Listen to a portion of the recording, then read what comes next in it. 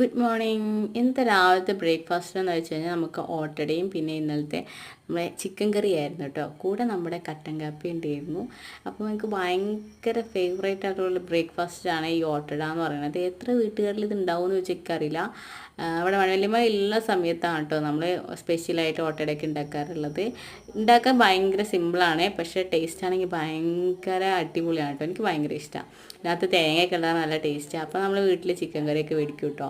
അതിനുശേഷം നമുക്ക് ഉണ്ണിക്ക് വേണ്ടിയിട്ട് മാതളങ്ങ പൊളിച്ചിട്ടുണ്ടായിരുന്നു. അതിനകത്ത് കുറച്ച് കൈയിട്ട് കഴിച്ചു.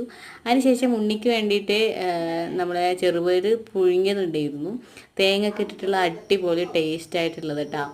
അതിനകത്തുനിന്ന് കുറച്ച് കൈയിട്ട് കഴിച്ചപ്പോൾ എനിക്കിതേ ഒരു ലേശം കിട്ടിയതാണ് കേട്ടോ ഇത്.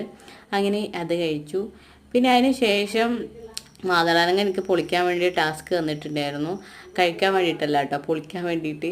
പിന്നെ 2 ഏത്തപ്പഴം ഉണ്ടായിരുന്നു, അതെനിക്ക് കഴിക്കാൻ വേണ്ടിയിട്ടായിരുന്നു. അങ്ങനെ ഏത്തപ്പഴം 2 കഴിച്ചു. അതിനുശേഷം ഉച്ചക്കുള്ള ചോറ് കഴിക്കുന്നതിൻ്റെ വീഡിയോസ് എടുക്കാൻ മറന്നുപോയി ഗൈസ്. സാമ്പാറോ ചിക്കൻ കറി എന്തൊക്കെ ഉണ്ടായിരുന്നു കേട്ടോ. പിന്നെ അതിന് ശേഷം വിളക്കൊക്കെ കത്തിച്ചു. വിളക്കൊക്കെ കത്തിച്ചതിന് ശേഷം നമുക്ക് പൊതുവേ ഉള്ളത് 4 മണി ചായ കുടിക്കുക എന്നുള്ളതാണല്ലോ. അങ്ങനെ ചിപ്സ് ഉണ്ടായിരുന്നു, പിന്നെ കട്ടൻ കാപ്പി ഉണ്ടായിരുന്നു കേട്ടോ.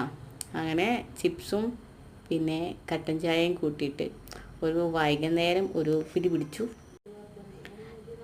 ഇതാ അധികം കടുപ്പില്ലാത്തതാണ് കേട്ടോ. ചായപ്പൊടി അധികം കുറച്ച് ഇട്ടിട്ടുണ്ടായിരുന്നുള്ളൂ, അധികം ഇട്ടിട്ടൊന്നുമില്ല. കാരണം എനിക്ക് ഇടയ്ക്കിടയ്ക്ക് വയറുവേദന എടുക്കുന്ന കാരണം ഒരുപാട് ചായയും ഒരുപാട് കടുപ്പുള്ളതൊന്നും കഴിക്കാനും പാടില്ല. അപ്പോൾ ഫുഡ് കൺട്രോളൊക്കെ നന്നായിട്ട് ചെയ്യുന്നുണ്ട്. അപ്പോൾ അത് കാരണം കടുപ്പം കുറഞ്ഞിട്ടൊരു ചായയും പിന്നെ ഇത് നേരത്തെ കാണുന്ന ചിപ്സും കാണിച്ചു. അപ്പോൾ അതിൻ്റെ ഇടയ്ക്ക് നമ്മുടെ പൂച്ചക്കുട്ടി ഇങ്ങനെ എത്തിപ്പണി നോക്കുന്നുണ്ടായിരുന്നു കേട്ടോ. ഞാൻ പിന്നെ അതിനെ വിളിച്ചപ്പോൾ അത് പിന്നെ തിരിഞ്ഞു ഓടി. പിന്നെ വിചാരിച്ചു ഓക്കെ, അത് എന്തെങ്കിലും അതിൻ്റെ വഴി കളിച്ചോട്ടെ എന്ന് വിചാരിച്ചിട്ട് അതിനെ പറഞ്ഞു വിട്ടിട്ടാ.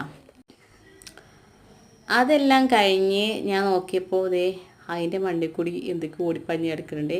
നമ്മുടെ വീട്ടിലെ 2 പൂച്ചക്കുട്ടികളുള്ളതാണ് കേട്ടോ. ഞാൻ എൻ്റെ അതേ പണി തുടർന്നു, ചിപ്സ് കഴിക്കുക. അങ്ങനെ അത് കഴിച്ചു. അതിന് ശേഷം ചെറുപയർ അനിയത്തിക്ക് കൊടുത്തിട്ട് ബാലൻസ് ഉണ്ടായിരുന്നു കേട്ടോ, അതും കഴിച്ചു.